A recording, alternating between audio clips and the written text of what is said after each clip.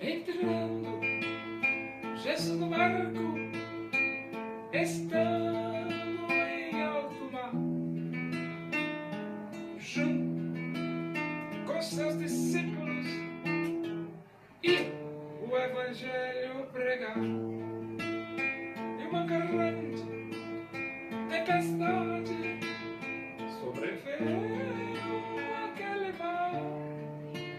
Seus discípulos, com grande medo, se puseram a clamar: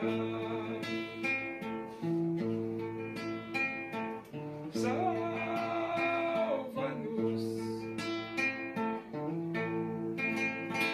Senhor,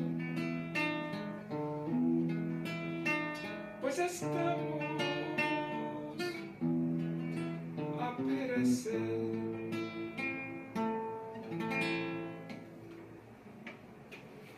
Vamos abrir a Bíblia Sagrada? Segunda Epístola de Paulo, capítulo 3, versículo de 1 a 11. Assim diz as Escrituras Sagradas, a palavra de Deus. Começamos, porventura, outra vez a recomendar-nos a nós mesmos? Ou temos necessidade, como alguns, de cartas de recomendação para vós outros ou de vós? Vós sois a nossa carta, escrita em nosso coração, conhecida e lida por todos os homens. Estando já manifestos como carta de Cristo, produzida pelo nosso ministério, escrita não com tinta, mas pelo Espírito do Deus vivente, não em tábuas de pedra, mas em tábuas de carne, isto é, nos corações. E é por intermédio de Cristo que temos tal confiança em Deus. Não que por nós mesmos sejamos capazes de pensar alguma coisa como se partisse de nós. Pelo contrário, a nossa suficiência vem de Deus, o qual nos habilitou para sermos ministros de uma nova aliança, não da letra, mas do Espírito. Porque a letra mata, mas o Espírito vivifica. E se o ministério da morte, gravado com letras em pedras, se revestiu de glória a ponto de os filhos de Israel não poderem fitar a face de Moisés por causa da glória do seu rosto, ainda que desvanecente, como não será de maior glória o ministério do Espírito? Porque se o ministério da condenação foi glória, em muito maior proporção será glorioso o ministério da justiça. Porquanto, na verdade, o que outrora foi glorificado nesse respeito, já não resplandece diante da atual sobreexcelente glória. Porque se o que se desvanecia teve sua glória, muito mais glória tem o que é permanente. Paulo, ele conversando com os irmãos da igreja de Corinto, ele disse que, conversando por carta, né? Ele disse que não precisava de recomendação da igreja de Corinto. Por que não? De cartas de recomendação. Por que não? Porque carta de recomendação é para uma pessoa desconhecida. A carta de recomendação é para uma pessoa desconhecida. E não era o caso de Paulo. Paulo, ele pregou lá na cidade de Corinto, levou aqueles irmãos ao arrependimento e a aceitarem Cristo como Salvador de suas vidas. E Paulo já era de casa, já era de casa. Então, quando você é de casa, não tem nem lógica precisar de cartas de recomendação.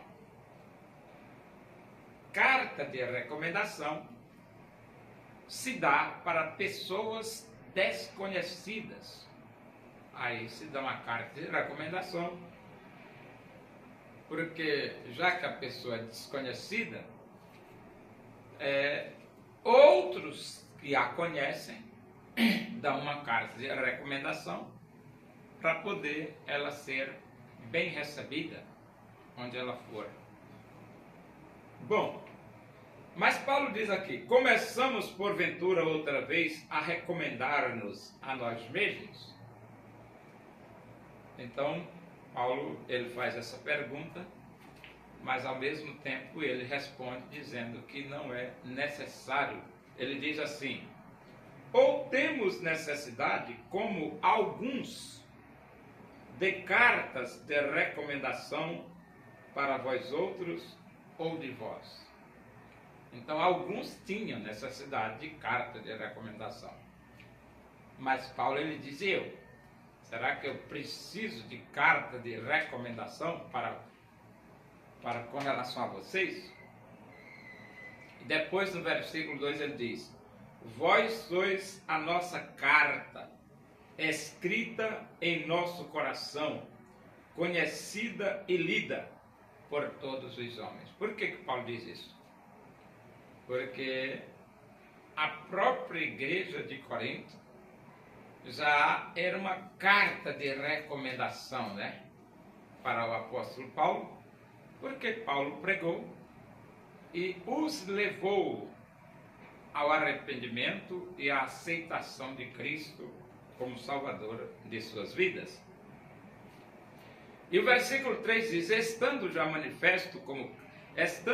manifestos como carta de Cristo,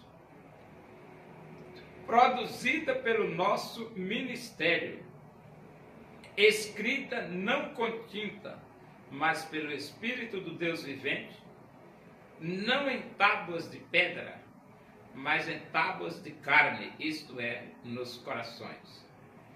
Então, quando Paulo diz aqui, produzida pelo nosso ministério,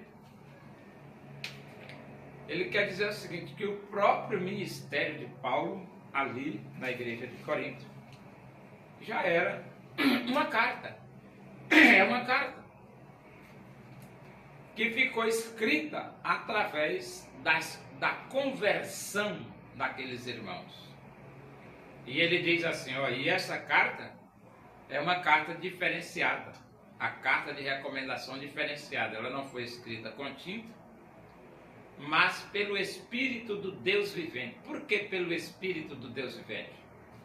Porque quando a pessoa ouve a mensagem do Evangelho, ele crê no Evangelho, ele é selado com o Santo Espírito da promessa. Então, ele diz aqui, mas pelo Espírito do Deus vivente, não em tábuas de pedras. Então, aquela carta não foi escrita em tábuas de pedra, mas em tábuas de carne, ou seja, no próprio coração, isto é, nos corações. Então, Paulo já tinha uma carta muito mais valorosa do que uma carta escrita a tinta para recomendá-lo ali. Ele não precisava disso, que ele já tinha a vida da própria igreja, já era uma carta produzida pelo ministério do apóstolo Paulo. E o versículo 4, é por intermédio de Cristo que temos tal confiança em Deus. Isso mesmo, por intermédio de Cristo. Sim, não que por nós mesmos sejamos capazes de pensar alguma coisa, como se partisse de nós. Pelo contrário, a nossa suficiência vem de Deus. Isso é lógico, porque a capacitação do missionário é dada por Deus. Os dons são dados por Deus. O desenvolver do ministério é operado por Deus. Paulo é apenas um instrumento nas mãos de Deus para realizar, desenvolver o ministério e para desenvolver a obra de Deus na terra. Versículo 6. O qual nos habilitou para sermos ministros de uma nova aliança, não da letra, mas do Espírito, porque a letra mata, mas o Espírito vivifica. Então, Paulo, ele era ministro da nova aliança. Por que da nova? Porque existia uma antiga, uma aliança que Deus fez através de Moisés. Mas Paulo, ele ministrava dentro dessa nova aliança, que era aquela estabelecida por Cristo, quando ele tomou a ceia, a última ceia com os seus discípulos. E ali Jesus estabeleceu a nova aliança. E ele diz, não da letra, mas do Espírito. Então a nova aliança não é baseada na letra, ou seja, nos 613 mandamentos de Moisés, mas no Espírito, ou seja, pela morte de Jesus Cristo na cruz do Calvário. E ele diz, porque a letra mata, mas o Espírito vivifica. Então, os 613 mandamentos de Moisés, eles matam. Aí você, como assim? Porque os 613 mandamentos de Moisés, ele serve para revelar que você é degenerado, pervertido e corrupto. Por isso que diz que a letra mata. E além de servir para revelar que você é degenerado, pervertido e corrupto, os 613 mandamentos não salvam você. E ele diz aqui, mas o Espírito vivifica.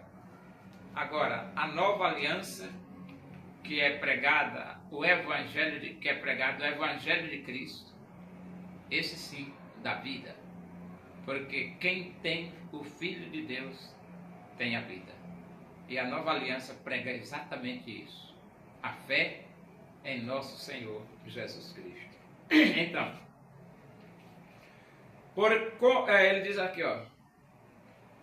E se o ministério da morte, gravado com letras em pedras, se revestiu de glória, a ponto de os filhos de Israel não poderem fitar a face de Moisés, por causa da glória do seu rosto, ainda que desvanecente, como não será de maior glória o ministério do Espírito? Então, o ministério da morte, que é a lei de Moisés, que foi gravado em pedras, se revestiu de glória. Por quê? Porque o rosto de Moisés veio brilhando quando ele desceu do monte. Mas foi uma glória desvanecente, né? Só que se esse ministério de morte, que foi os 613 mandamentos de Moisés, se revestiu em glória, ele diz assim, como não será de maior glória o ministério do Espírito? Então o ministério do Espírito é muito mais resplandecente, é de muito maior glória do que o ministério da morte, que é os 613 mandamentos de Moisés. Ele diz, porque se o ministério da condenação foi glória, em muito maior proporção será glorioso o ministério da justiça. Por que o ministério da condenação? Porque a lei revela que você é pecador, que você é degenerado, que você é pervertido, que você é corrupto. Por isso que é chamado de ministério da condenação, que você, através da lei, descobre que está condenado ao fogo quente do inferno. Agora, a mesma lei que revela que você está condenado ao fogo quente do inferno é a lei que aponta para Jesus, dizendo que só Jesus Cristo salva e conduz você até Jesus para que você receba, através de Jesus, o perdão dos seus pecados e a vida eterna. É isso que Paulo, quando ele diz assim, a lei nos serviu de aio para nos conduzir a Cristo. E ele diz aqui, ó, porquanto, na verdade, o que outrora foi glorificado nesse respeito já não resplandece diante da atual sobreexcelente glória. Então, a glória do Evangelho é tão sobreexcelente que o brilho da lei se desvaneceu. E ele diz, porque se o que se desvanecia teve sua glória, muito mais glória tem o que é permanente. Então, o Evangelho é o poder de Deus para a salvação de todo aquele que crê e é permanente.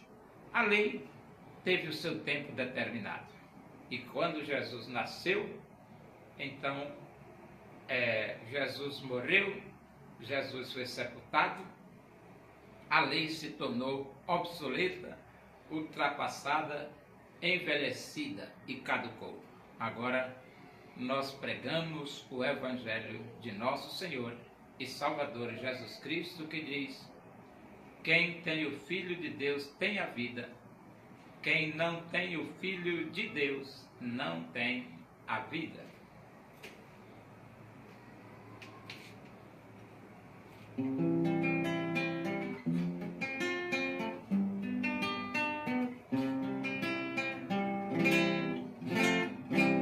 Os que estão escritos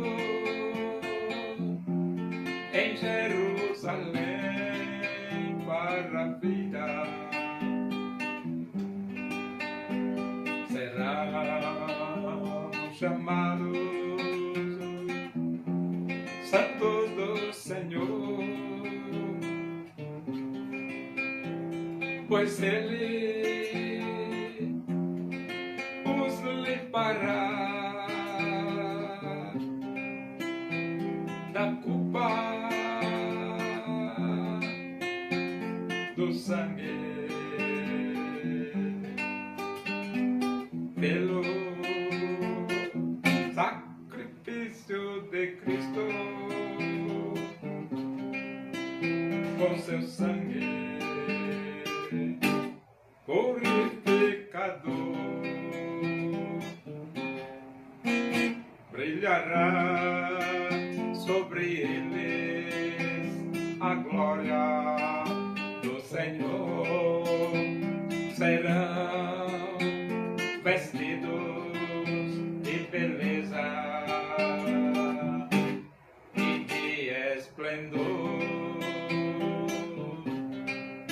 receberão um corpo glorioso,